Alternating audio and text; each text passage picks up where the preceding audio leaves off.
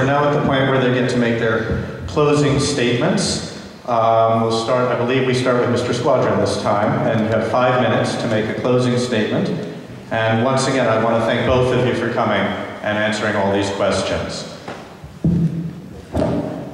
Thank you all so much for coming and submitting your questions and listening. You know, I hope that you being here is a sign that you believe what I believe, which is that this race is so important to the future of our state.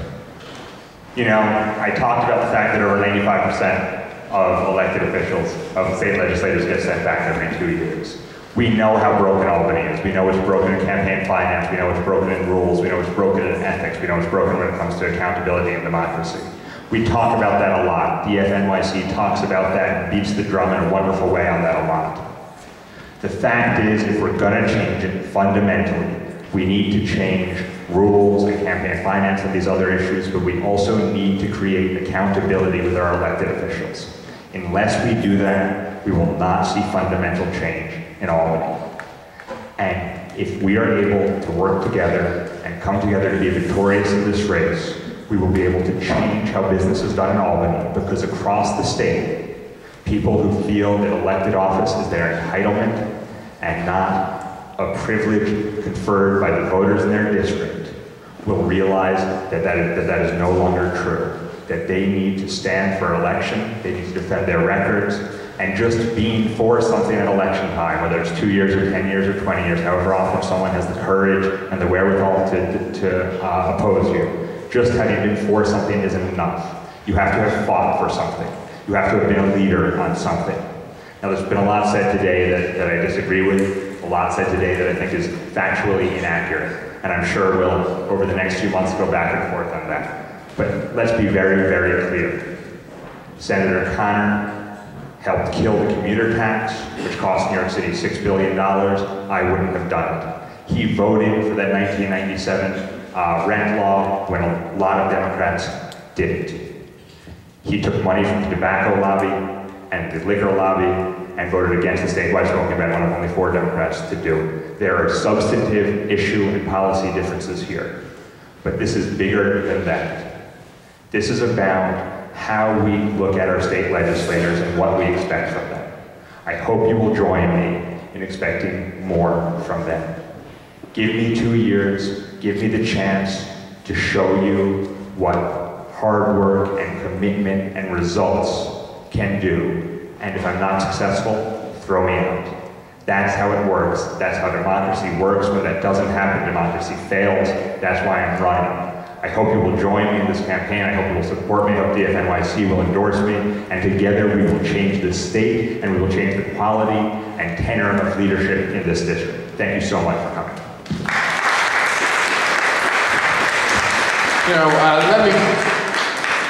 I'd like to point out the Block Association that Mr. Squadron is so active in was first met, I think, in December or January.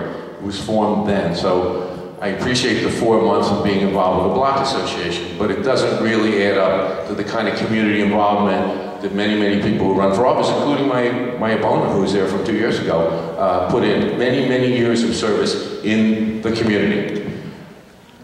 I really resent the thought that the allegation that I took money from the tobacco industry. You know, and I don't blame Ken, I think it was his researcher and managers who did this. The piece of literature went out 2 years ago saying I took $70-some-thousand from tobacco company. Not me, my campaign committee. I researched it. There was one $600 check 5 years before. I didn't even know it was there. I was leader then, other people handled it. My instructions were return it. One $600 check. If you read my statement on the floor on that smoking ban bill, what I called for was a total ban on tobacco sales in New York. That's what I called for. It wasn't a pro-tobacco statement. Read it. It's in the record. The fact is, this is an important election. It's the precursor to the Democrats taking over the state Senate and undoing the harm that we've suffered from all those years of Republican control. And we're going to do that. You know, to say, oh, you voted for the continuation of rent stabilization and rent control in 1997. The alternative, if we didn't have some Democrats voting for it was the next day there would be no rent protections for anyone. That was what Pataki and Bruno put us up against the wall about. No protections. Eviction notices could have started going out literally a day or two after, if that didn't pass. And, you know, you don't always get to make the choice you want when you're in the legislature, particularly when you're not in charge and you're not the majority. You have to make choices and fight for what you can get for your constituents. And I'm very proud of the fact that I have done that. And I want to thank Mr. Squadron for listing all those issues from PS 64 to Brooklyn Ridge Park to whatever that I have been involved in, that I have taken leadership positions in, and that I fought for the community. Because maybe you think you can wave a magic wand in the state senate and solve all your local community problems. You can't. You have to be out there working, you have to be out there picketing, and I've done that. You have to be out there protesting. And yes, you have to write those letters to the bureaucrats and demand the meetings where you resolve some of these problems, just as we're doing now with the need for more schools in Lower Manhattan, just as we've done with respect to the gateway issue, where people are going to lose all their rent protections, where we're using leverage against the developer to once again get him voluntarily to continue rent stabilization because there's no legal entitlement there. So I'm very proud of my record. It should be about my record, the real record, read the whole record, not the made-up record, not the charges that are thrown. Look at what we have done, not what we're saying. Look at what we have done.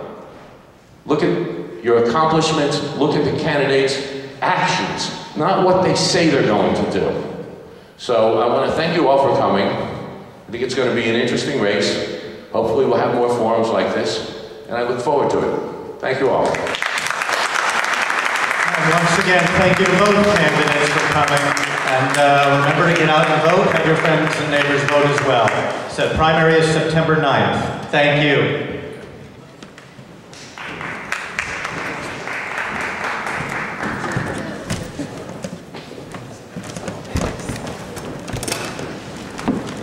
We have some drinks here if anybody wants to take a